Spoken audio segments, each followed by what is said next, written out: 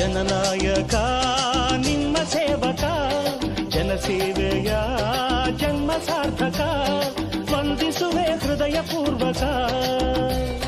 ಈ ವಿಜಯ ಹರುಷದಾಯಕ, ಈ ಮಹಾದಿನ ಈ ಮಹಾಜನ ಮರೆಯದಂಥ ಭಾಗ್ಯ ನೀಡಿದೆ.